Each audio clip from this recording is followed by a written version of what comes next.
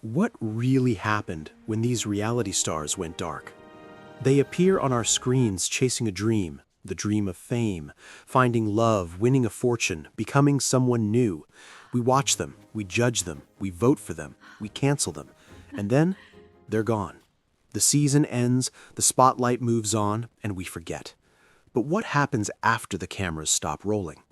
For a growing and frankly terrifying number of reality TV contestants, the end of the show is the beginning of a nightmare. A sudden withdrawal from public life, a complete disappearance, a severe mental health crisis, or in the most tragic cases, death. These aren't just isolated incidents. When you look closer, a dark pattern emerges.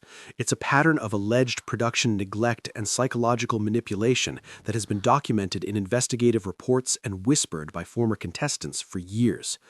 Journalists and mental health organizations argue this is a systemic problem, a feature, not a bug of the reality TV machine. It's a machine that promises a fantasy and too often delivers a tragedy. So what really happened when these reality stars went dark? The answer is more disturbing than you can imagine, and it exposes the true human cost of our entertainment. Section 1. The Promise and the Peril. To understand why so many fall so hard, you first have to understand the intoxicating promise. Reality television is pitched as the great democratizer of fame. You don't need an agent, you don't need years of training. All you need is a personality, a story, and a willingness to put your life on display for millions. It's a golden ticket to a new life. A life of red carpets, brand deals, and public adoration. A chance to find your soulmate on national television, or prove you're the best chef, the best singer, the best survivor. The people who sign up for these shows are often at a crossroads. They're hopeful, ambitious, and in many cases, vulnerable. They're sold a dream, but what they aren't told, what they can't possibly prepare for, is the psychological toll of constant surveillance, the disorienting loss of privacy, and the crushing weight of instant, often negative, global judgment. This is where we encounter the grim phenomenon of contestants who, after their brief, intense explosion of fame, suddenly vanish. We'll call it going dark. This isn't a conscious choice to step away from public life. It's often a collapse. The reported trajectory is chillingly consistent. First comes the filming, an intense, isolating period we'll get into in a moment. Then comes the airing of the show, and with it, an onslaught of public opinion they are in no way prepared for. For many, this is followed by a feeling of profound abandonment when the production, which had been their entire world, packs up and moves on to the next season. It's a path that for some culminates in a crisis, severe depression, anxiety, or even self-harm. The promise of reality TV is a fantasy of transformation. The peril is that the transformation is often into a caricature, a hero, a fool, or, most damagingly, a villain that the public feels entitled to attack. And when the attack comes, the very people who created that caricature are often nowhere to be found. The stars go dark, and the machine just keeps churning. Section 2. The Blueprint for a Breakdown. How Production Creates Drama. To really get how a dream becomes a nightmare, we have to pull back the curtain on the manufacturing process. Because reality TV isn't reality.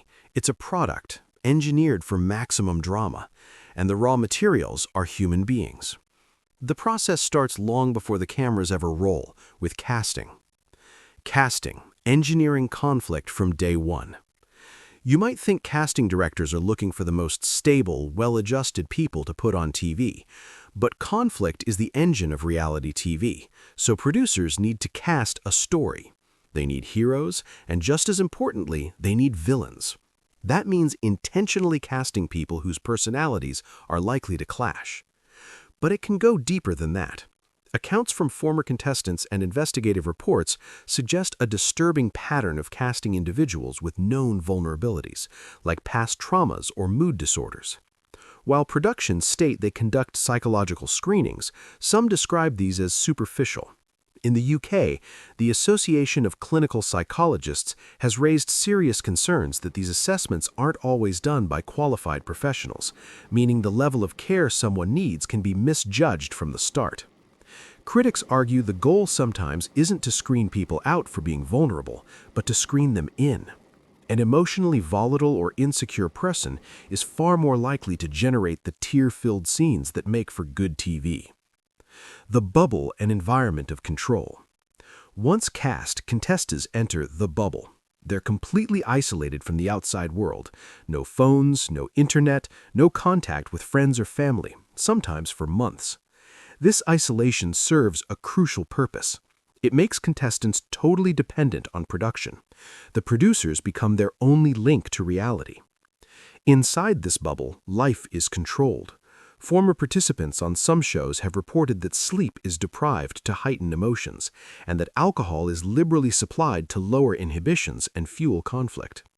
These environments can break people down, strip away their normal coping mechanisms, and make them more pliable. Manipulation tactics, the producer's toolkit. With contestants isolated and emotionally raw, producers can deploy a range of tactics to get the storylines they want. A common one is using leading questions in interviews or confessionals. A producer might ask, "Don't you think it was unfair when Sarah took the last rose? Weren't you angry?" They'll ask again and again, pushing for a specific soundbite. Then there's direct interference. Producers have been known to feed contestants ideas, suggesting they go talk to a certain person about a sensitive topic, or stoke paranoia by relaying out-of-context gossip between cast members. Perhaps the most controversial tool is what's known in the industry as frankenbiting. This is where editors take words and phrases from completely different sentences, recorded hours or even days apart, and stitch them together to create a new sentence the person never actually said. It's an audio cut-and-paste job that can create pure, fabricated animosity. The edit, making monsters and martyrs. All of this raw footage, hundreds or thousands of hours of it, is then taken into the editing bay. This is where the final and most damaging act of manipulation can occur. Editors and producers craft the narratives. They decide who you'll love and who you'll hate. A person who had one bad moment in a month of filming can be edited to look like a monster. This is sometimes called punitive editing, where a contestant is deliberately framed as the villain, the mean girl, or the idiot for dramatic effect. The person on screen may bear little resemblance to the real person, but for millions of viewers, that edited caricature is them, and that's who they'll be sending death threats to on social media. The producers create the character, but the real person has to live with the consequences. Section 3. Case Study. The Face of Love Island. Caroline Flack. No single story captures the crushing pressure of the reality TV ecosystem quite like Caroline Flack's case. It's so tragic because she wasn't a contestant chasing fame. She was the face of one of the biggest reality shows on the planet, Love Island. She was at the center of the machine, and ultimately, she was consumed by it. Caroline Flack was a brilliant and beloved TV presenter in the UK. She was charismatic, funny, and had an infectious energy. When she took the helm of Love Island in 2015, she guided it from a modest revival to a national phenomenon. But her role put her at the epicenter of a massive storm of media scrutiny. Throughout her career, Caroline was relentlessly hounded by the British tabloids. Her love life, her appearance, her every move was viciously criticized. Behind the scenes, as her family later revealed in a heartbreaking documentary, she had long battled depression and found the pressure of public heartbreak impossible to bear. She was terrified of seeking formal help for fear it would be leaked to the press, a fear that speaks volumes about the world she lived in. The final spiral began in December 2019. Following an incident at her home, Caroline was arrested and charged with assault. The story became an immediate media storm. Even though her boyfriend said he didn't support the prosecution, the Crown Prosecution Service decided to move forward. A coroner would later rule this decision was a key factor in the exacerbation of her distress. In the weeks that followed, she was subjected to an almost unimaginable level of public shaming. Tabloid headlines were brutal. Social media was a cesspool of judgment. She lost her job hosting the show she helped build. In February 2020, just weeks before her trial, Caroline Flack died by suicide. She was 40 years old. Her death sent a shockwave through the UK, sparking a massive public conversation about accountability. It intensified a debate that had already been raging after the deaths of other reality stars. Who was responsible? The tabloids? The social media trolls? The justice system? Or the industry that places people under this intense microscope? The answer is that it was a toxic combination of all of it. Caroline's story is the ultimate example of how the fame machine can create unbearable pressure. Her death prompted further parliamentary discussions about the duty of care broadcasters have, forcing a reckoning that was long overdue. The hashtag #BeKind trended for days, a plea for humanity in a digital world that had shown her so little. But as we'll see, the lessons from her death haven't been learned nearly fast enough. The immense pressure Caroline faced is a devastating reminder of how critical mental well-being is. And while the companies behind these shows have a duty of care they often fail to uphold, taking care of our own minds is something we can have some control over. This video is not sponsored, but if you or someone you know is struggling, it is so important to reach out. Services like BetterHelp or Talkspace can connect you with licensed therapists. There are also free resources like the National Suicide Prevention Lifeline. We'll have links to these and other international resources in the description. Please don't suffer in silence. Taking that first step to get help is a sign of incredible strength. Caroline Flack's death was a high-profile tragedy, but the horrifying truth is she's just one name on a growing list. The pattern of post-show crisis is a phenomenon that cuts across different shows, networks, and countries. Love Island's lost contestants. Long before Caroline Flack's death, the show she hosted was already haunted by tragedy. In 2018, Sophie Graydon, a contestant from Season 2, died by suicide. Friends and family reported she had been struggling with depression and the constant online abuse she received after the show. 20 days later, her boyfriend, who had found her, also took his own life. Less than a year later, in March 2019, Mike Falisatis from Season 3 was also found dead by suicide. He had been grieving the recent deaths of his grandmother and best friend, and friends said he was struggling with the reality star label. Like Sophie, he'd been relentlessly trolled. The deaths of Sophie and Mike forced Love Island to publicly reevaluate its duty of care, but for many, it was far too late, too early. The Bachelor franchise's grim toll. This isn't just a British problem. In the US, the behemoth Bachelor franchise has its own chilling history of post-show deaths, including several by suicide. One of the earliest public cases was Gia Alamond from Season 14. In 2013, she died by suicide at age 29.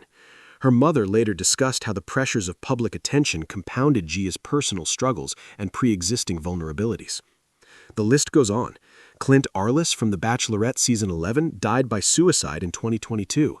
Tyler Guazd from Season 15 died from an accidental overdose in 2020. Each story is different, but they share common threads: the emotional whiplash of the show and the struggle to cope when the cameras move on but the world keeps judging. Nikki Grammer, a lifelong battle in the public eye. Sometimes the damage isn't a sudden crisis, but a slow burn. The story of Nikki Grammer, one of the UK's most iconic Big Brother contestants, is a tragic testament to this. Nikki shot to fame in 2006, beloved for her bubbly personality and hilarious rants. What was less visible was her lifelong, severe battle with anorexia nervosa. Her fame was tied to her vulnerability. She was beloved, but she was also a spectacle. For years, her struggles with her eating disorder were part of her public story. In 2021, during the isolation of the pandemic, she relapsed severely. Friends launched a campaign to get her private treatment, but the illness had taken too great a toll. Nikki died in April 2021 from complications of anorexia. She was 38 years old. Her death highlighted what happens when a pre-existing vulnerability becomes part of the character that makes you famous, following you for the rest of your life. From Kitchen Nightmares to Survivor, stories of production neglect and post-show crises are everywhere. It's a devastating pattern that suggests the problem isn't just one show, it might be the industry itself. Section 5. The Aftermath. Abandoned and Exposed. The most consistent complaint from former reality stars is the profound sense of abandonment they feel when the show ends. For weeks or months, their life is managed by producers. They're told when to wake up, who to talk to, how to feel. The production team becomes their whole world. And then, almost overnight, it stops. The phone calls cease, the structure vanishes, and it happens at the exact moment they need support the most, when the show starts to air.